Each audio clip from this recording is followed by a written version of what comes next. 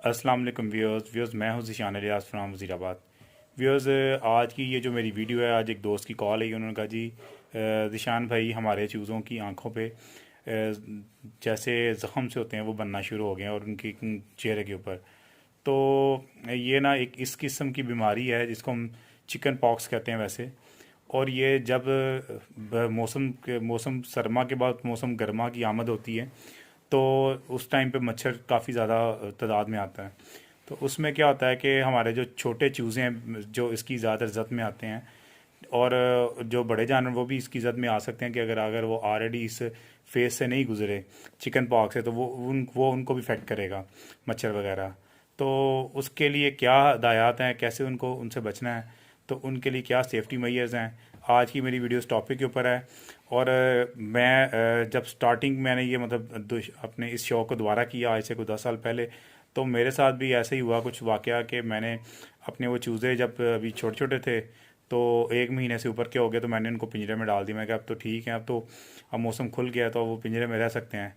रात को अब क्या होना कि वो चूज़ों ने इकट्ठे होकर बैठना, उनको मच्छरों ने काटना। जब नया नया शौकीन या नया फार्मर इस बात को नहीं जानता, क्योंकि उसकी बिगिनिंग होती है और उसके लिए ये बड़े से मसाइल उसको फेस करने पड़ते हैं। अब हुआ यूँ कि अब चूज़ों के चेहरों पे भी दाने निकलना शुरू हो गए, उनकी आंखों पे भी निकलना शुरू हो गए, और आंखों पे निकले उनके जिस्म पे भी निकलना शुरू हो जाते हैं ये दाने। और इन दानों की जो थंबनेल के अंदर तस्वीरें मौजूद हैं, आप देख सकते हैं कि किस तरह से इनके वो बर्ड की कंडीशन हो जाती है, और आपने इसके लिए क्या सेफ्टी मेजर्स करने हैं उसके ऊपर भी बात करेंगे। तो पहले तो यह है कि इनको इस मच्छर के काटने से बचाया कैसे जाए। कोशिश करें कि उनके पिंजरों में ना, अगर आपने कोई मिट्टी डाली हुई है तो वहाँ पे जो गोबर है, गोबर उसका वो ना कई लोग जलाते हैं, जलाने के बाद उसमें ना जो उसकी राख बन जाती है। अक्सर लोगों ने घर में तंदूर रखे होते हैं। खैर अब तो काफ़ी हद तक कम है, पर फिर भी जिनके पास है ये फैसिलिटी, तो वो उनकी वो मिट्टी में वो शामिल कर दें। उससे भी मच्छर काफ़ी हद तक कम आएंगे उनके पास। पर यह है कि ये भी इसका कोई मुस्तकिल हल नहीं है। हल इसका यह है कि जो आपके पिंजरे में जो चूज़े जहाँ पे मौजूद हों, वहाँ पे रात के टाइम उनको तेज़ लाइट दें। तेज़ लाइट देंगे तो उसका ये फ़ायदा होगा, चूज़े को वो मच्छर नज़र आएगा और चूज़ा उसको बाइट करके खा लेगा।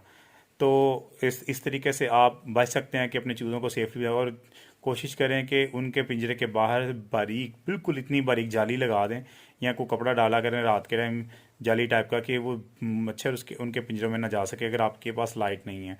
तो ये इसका सबसे बेहतरीन हल है और इससे बचने के लिए। और अगर आपके चूज़ों को मच्छर काट जाए, तो पहला अटैक होता है उनको फ़ीवर का।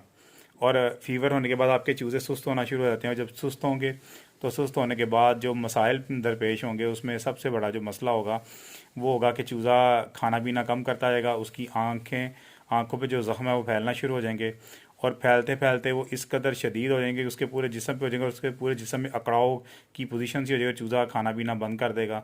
तो इसकी वजह से फिर क्या होगा कि चूज़ों की मोर्टेलिटी भी होनी शुरू होगी। और कुछ लोग इसको नॉन सीरियस समझते हैं कि यार ये कोई इतनी ख़तरनाक बीमारी नहीं है। मेरे नज़दीक ये इतनी ख़तरनाक बीमारी है कि जो नए चूज़े हैं, जो नया फ्लॉक आपका निकला हुआ था, वो उसकी ज़द में जब आ जाए तो उसके लिए पेड़ से निकलते निकलते या तो सारे भी अल्लाह को प्यारे हो सकते हैं। तो मैंने खुद इस प्रॉब्लम को फेस किया है, और आज जब वो कॉल आई तो कॉल आने के बाद इस वीडियो को बनाना इसलिए लाजमी समझा कि यार जो दोस्त या शौकीन नए इस शौक़ में आए, जिनके चूज़े भी ताज़ा निकले हैं, और उन्होंने उनको 21-22 दिन ब्रूडर में रखने के बाद उसको बाहर छोड़ देना है खुले पिंजरों में, तो वहाँ पे काइंडली या तो कोई मच्छर मार स्प्रे करें उनके साइडों पे जहाँ पे वो गंद वगैरह उनके करीब ना मौजूद हो। और अगर कहीं पानी खड़ा है तो पानी का निकास कर दें, किसी बर्तन में पानी ना खड़े होने दें, क्योंकि ये इस सीज़न में डेंगू वगैरह भी काफ़ी फैलता है, जो कि इंसानों के लिए भी ख़तरा है। तो इस तरह से आप थोड़ा सा सेफ्टी मेयर कर लें। ले आप चलते हैं कि इसके बाद अगर ये मसला हो जाए तो उसके ऊपर क्या मेडिकेशन क्या करनी है। असल बात तो ये है। अब इसकी मेडिकेशन की तरफ चलते हैं। सबसे पहले तो आपने क्या करना है, ब्रोफेन सिरप इनको देना है 1 लीटर पानी में 1 cc, ताकि इनका जो बुखार है वो उतर जाए। और बुखार उतरने के बाद साथ साथ जो आपने जो दवाई है, वो आपने कोई भी इनको एक एंटीबायोटिक सिरप देते रहना है 5 से 7 दिन तक। और उसके साथ में इनके जो जिस्म पे जहाँ पे पॉक्स बने होंगे ना पूरे जिस्म पे, तो दोपहर के वक्त मैं ये बात कह रहा हूँ, आपको पोटाशियम पर मैग्नेट मिलेगा, उसको हम पिंकी कहते हैं। आप जाएंगे मैं किसी भी पंसार स्टोर के पास, तो आप उसको बोलेंगे यार पिंकी दे दें पिंकी, तो वो पिंकी आपको ना पाउडर टाइप होगा थोड़ा सा, आपको पर्पल कलर का होगा पाउडर, तो आप उसको पानी में एक चुटकी भी डालेंगे ना तो वो बहुत ज़्यादा वो मतलब वो बन जाएगा उसका कंपाउंड सा। और वो आप उसको क्या करें कि उसमें वो शामिल कर लें पानी में एक चुटकी, और 1.5 लीटर पानी में, और शावर करने वाला जो बालों पे है वो उसमें भर लें, और दिन डे टाइम में उनके ऊपर जो है ना आप उसकी शावरिंग करें। तो एक तो तरीकाकार ये है, और आप ये मतलब ना धूप में करें। ठंड आपने उनको अर्ली इन द मॉर्निंग नहीं करना कि जिसम से ठंड हो मौसम सुबह सुबह के टाइम।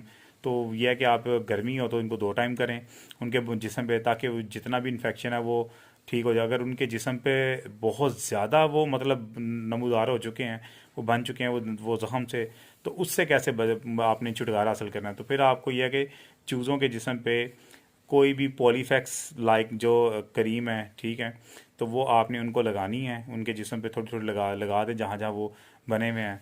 तो और जो उनकी आंखें बाज़ का तो इस कदर शदीद होते हैं कि चूज़ों की और मुर्गियों की आंखें भी ज़ाया हो जाती हैं, क्योंकि वो जब ज़ख़म ऊपर बनता है ना तो उसके नीचे एक पीले कलर का फंगस टाइप सा वो एक ना वो उनकी आंखों के ऊपर, आंखों के अंदर बनना शुरू होता है।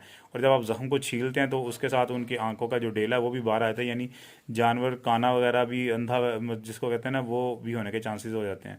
तो लिहाजा आपने इस बीमारी से बचना है। और आपके जो बड़े जानवर हैं उनको उनको भी ये मसला लाजमी होता है, वो बुखार की वजह से सुस्त होना शुरू हो जाते हैं। हम कहते हैं पता नहीं बर्ड को क्या हुआ है, को सर्दी लग गई है।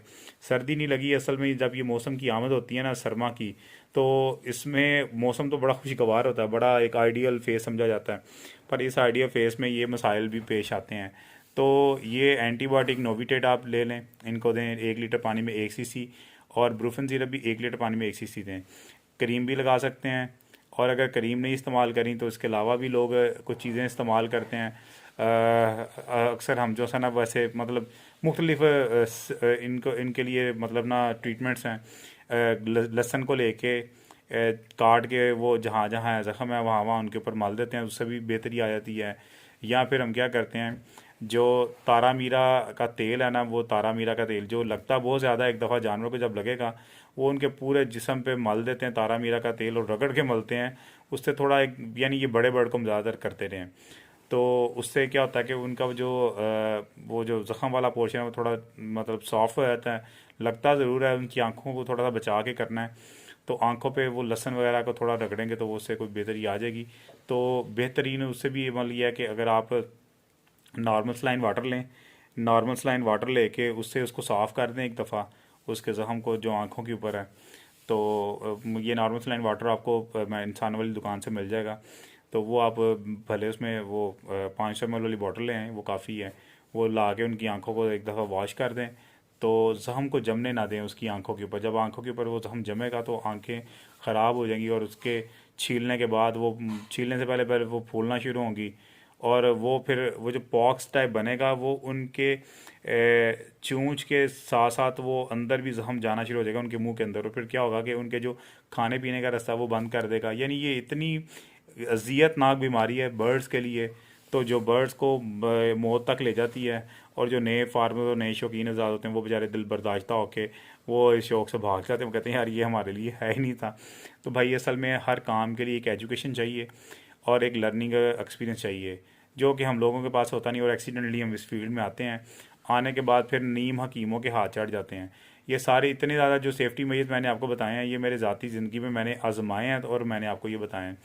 सबसे पहली बात तो यह कि आप बर्ड को वो मच्छर से बचाएं, उनके पिंजरे में तेज़ लाइट रखें, बड़े बर्ड्स भी हों या छोटे बर्ड्स भी हों, उनको तेज़ लाइट दें। जो कि असल में ना बर्ड्स को आदत होती है कि वो अंधेरी जगह पे जाके कोनों में खुडों में जाके घुसना शुरू होता है। तो उन जगहों पे जो सा ना आप कोशिश ये करें कि ज़्यादा तेज़ लाइट हो जहाँ पे वो मूवमेंट बैठते हैं, और उनको स्टिक्स लगा के स्टिक्स के ऊपर बर्ड्स बैठा करें। जितनी स्टिक्स देंगे वो उनके यानी ये बर्ड की आदत है कि जब भी बैठते हैं ये ऊंची जगह बैठता है, स्टिक्स लगा के दें, ठीक है। और उनको तेज़ लाइट दें, तो तेज़ लाइट जब देंगे तो जितना भी मच्छर बैठेगा ये उनको खा जाएंगे और इससे ये बच सकते हैं। इसका सबसे बेहतरीन हल यही है। तो या इनके पिंजरों के बाहर बारीक जाली लगा दें ताकि मच्छर इनके तक अंदर एक्सेस ही ना कर सके, इन तक पहुंच ही ना पाए। तो ऐसा मुमकिन वैसे होता नहीं, हमारे यहाँ पे लापरवाही बहुत ज़्यादा होती है। लोगों ने पिंजरों के दरवाजे खुले छोड़े, शाम को अपनी मर्ज़ी से गए जाके उसको बंद किया और उसके साथ जाके फिर वो जब इन मसाइल में फंसते हैं तो कहते हैं यार अब क्या करें। तो अब से बचने से बेहतर है इतनी मुश्किलात को, यानी आप पिंकी ढूंढें, पोटाशियम परमैंगनेट जाके उसको बोलें पंथार को, फिर पॉलीफेक्स का इस्तेमाल करें। यानी ये सारी चीज़ें आपको करनी पड़ेंगी। तो मैं यही कहूँगा कि आप मच्छर को मतलब ना अपने बर्ड को मच्छर के काटने से बचाएं, बजाय कि अब इतनी मेडिसिन करें और उसके बाद आपके बर्ड्स आया हों कुछ बीच में।